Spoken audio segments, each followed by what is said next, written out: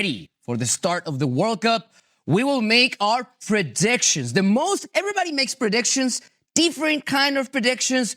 We will make the most important predictions. So you can also tag along and make your own predictions. That's coming up a little bit later. And a very cool feature about the 1994 U.S. men's national team World Cup squad, how that team came along. You were, Janus, a big part of that process. Your insights will be very, very helpful. So we have a great show. Let's get things started. Gentlemen, you excited for the World Cup at this point? I feel the excitement in the air, Herc. I mean, 7 days away. 7 days away. That's it. That's amazing. Janus, you ready? I'm always ready. I mean, this is going to be a great one, especially for the United States, I hope. Our team, Herc. Yeah. Yes. Emphasize that, please. Emphasize that. All right, let's get things started with the current U.S. men's national team. They will have their last test against Germany on Saturday in Chicago. Big game coming up. When you have a game facing one of the top squads in the world, and I know Germany, they haven't done really well in 2018, 2022, but they basically dominated their qualifiers. They are on a 8-win streak, which is always important, getting to a competition like that. What do you want to see from Pochettino's team on Saturday? Well, I'd like to see somewhat of a resemblance of what the starting 11 will be. I'd like to see those partnerships that we saw against Senegal continue. The Anthony Robinson, Christian Pulisic, the right center back to Serginho Dest, which is Alex Freeman. I'd like to see if Chris Richards is healthy, how he will be, where he slots in, who slots in next to him. I want to see who's partnering up next to Tyler Adams. That's the most important thing here. I think that position in the center midfield is still up for grabs. I'd like to see Weston McKennie there, and I'd like to see these players playing together. I don't think there's much that we can ask besides that. Just the 20-so months that we've had under Mauricio Pochettino, show us now what you're thinking. I don't think you're showing your cards. I know coaches are afraid to show their cards because Paraguay is going to know what you're playing. I think you should worry about your team and you should give your players a chance against quality opposition to prove who they are. Is there one specific player that at this point, 45 minutes, 60 minutes, can play his way into the starting 11? I don't believe at this stage. I think coaches at this stage have a pretty good idea. Bar an injury or something that happens last moment, I think Mauricio Pochettino knows what he's going to do. He better. I mean, he's the manager. He's got to know his best 11, as you've said. And I think, the one thing that I look forward to, it's a real test. Not that Senegal wasn't. I mean, this was an outstanding Senegal team with the front three, sort of the ones that played in the final of African Cup of Nations, right? So there was quality. But I want to see the defensive balance. Because, now all of a sudden we don't worry about going forward. We have, as I mentioned, Ricardo Pepi scoring, club and country. Christian Pulisic coming back to the team where he always scores as well, right? Folarin Balogun is scoring. Haji Wright, we haven't even seen him, but we know he's in tremendous form. But defensively and in a goalkeeper position, this is, I don't want to say the worst we've had, but as average as it gets, right? We normally have one or two top goalkeepers that we don't even talk about. Right now, we don't even know who the starter really is. We have an idea, but we don't know for sure. Chris Richards is not there. If he plays, back three, a lot of issues I saw in that game against Senegal, that if we continue to do that, Germany will take advantage of that before the World Cup even starts, and there may be problems. So I want to see a good balance and a good defensive setup by the team. I think there's a few things that Mauricio Pochettino has already proven to us because of what he does, the partnerships. We know certain partnerships, we know certain positions. I think the goalkeeper position is one of those. Under Mauricio Pochettino, Matt Freese played 14 of the last 16 games he started. I think that's been put to bed. And if there is a surprise there, then what are you doing? What was all that we just saw? Yeah. So I think there's a few things we already know. There's, I think, a few positions that we still don't know.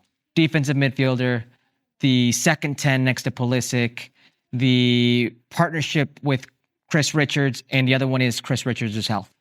I want to ask you the same question I asked Janusz. Is there one specific player that you believe can play his way into the starting 11 against Paraguay?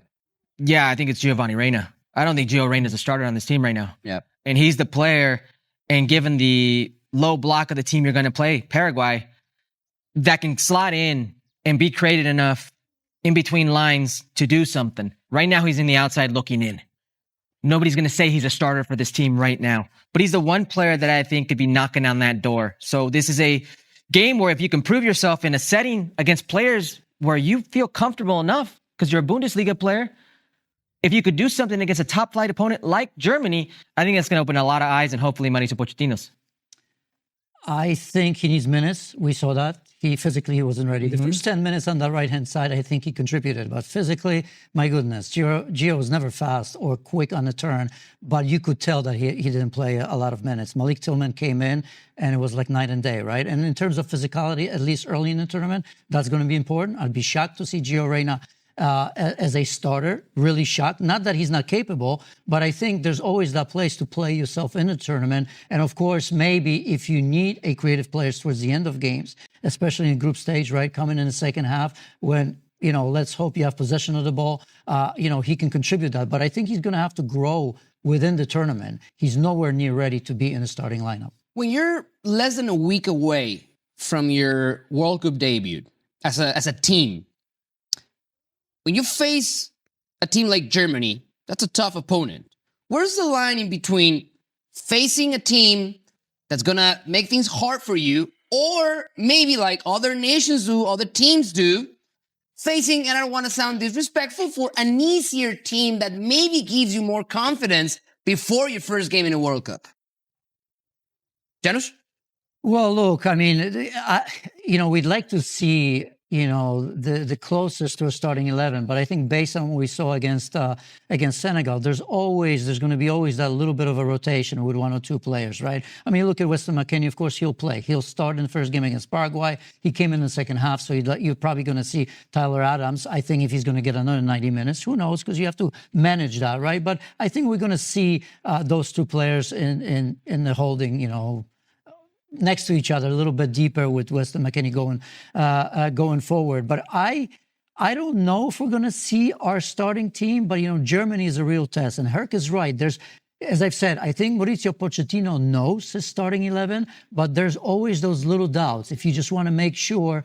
And I think that's the moment where there will be no surprise, I don't think, but there are choices. There are close choices between some players in terms of tactically. Because, look, I think Paraguay is going to show us something different than Germany. Germany will go and play. These are Germans, right? This is what I want from the national team, that, the games you're supposed to win, you win, right? I watched Germany against Finland. As you've said, they haven't been at their absolute best, but they're slowly but surely getting there, right? And Finland, I'm not saying they're great, but you could see 1-0 first half, and then all of a sudden they turn it on and they got the job done, and it was an easy win.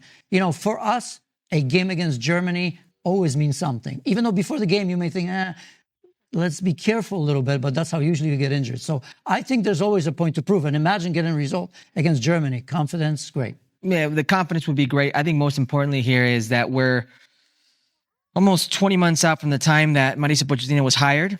And there may be a realistic possibility that the center midfield that starts in the World Cup will be used for the first time together under Mauricio Pochettino, Weston McKennie, Tyler Adams. There's a realistic possibility that that front line is going to be a 9 and 2 10s underneath that have never played with them.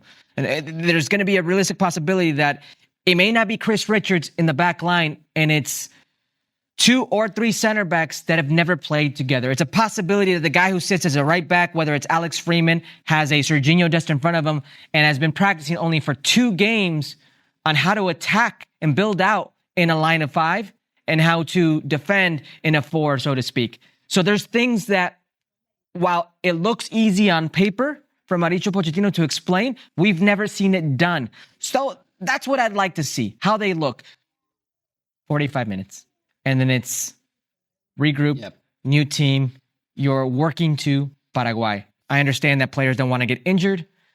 Nobody wants to miss a World Cup, but John has just said it. When you think or when you worry about getting injured is when you get injured. I was going to ask you about that exactly, because as a player, 6 days away from the start of the tournament, some of the players know they are going to be starters. Some of the players know that the place is safe.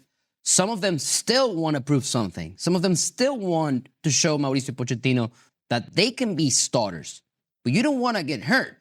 How tough is it to play with that in mind? Well, maybe it's tough for players like a Christian Pulisic, who in his mind, he may not think about it, but he's going to be there no matter what. I'm sure Alejandro Sendejas doesn't feel that way. And I'm sure Alejandro Sendejas gets 10 minutes, he's going to kill himself in those 10 minutes. I've been in that position. And being in that position, you could win yourself an opportunity. I 0 minutes, 0 appearances for the U.S. men's national in 2010. And both of the games in the lead up to the World Cup, both of the games that I came in the brief time, I killed myself and I scored a goal in both games. So now the coaching staff says, well, here's a player that just scored 2 goals in 2 games coming off the bench. Maybe we can use him in that facet. So you can win yourself a position, win yourself a role in these games. Other players are probably worried about their health. I don't think everybody has that luxury. How much confidence did Mauricio Pochettino get against Senegal in his tactics, in his choice for the starting 11? Oh, quite a bit. I mean, every game is a test, right? And, speaking of, what the players may or may not do, I think, there's a culture that Mauricio Pochettino wants.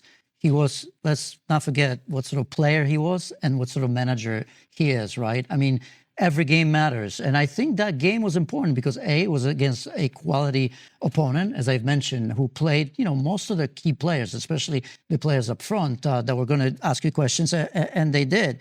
But I think we saw patterns of play. There was a big question in all the games, if you look ahead, I mean, we've complained about a lot of things, a lot of rotation. As Herc has mentioned, we didn't see consistency of lineup for a number of reasons, right? Because some players were injured. Maybe the clubs wouldn't release them, or maybe there's a couple of players, remember, that sort of wanted to rest a little bit. But I think that culture being built in, I think Mauricio Pochettino saw that not only the starting lineup, but the contribution of players that came off the bench, because Senegal's came back in this game, right? And all of a sudden, you see another gear.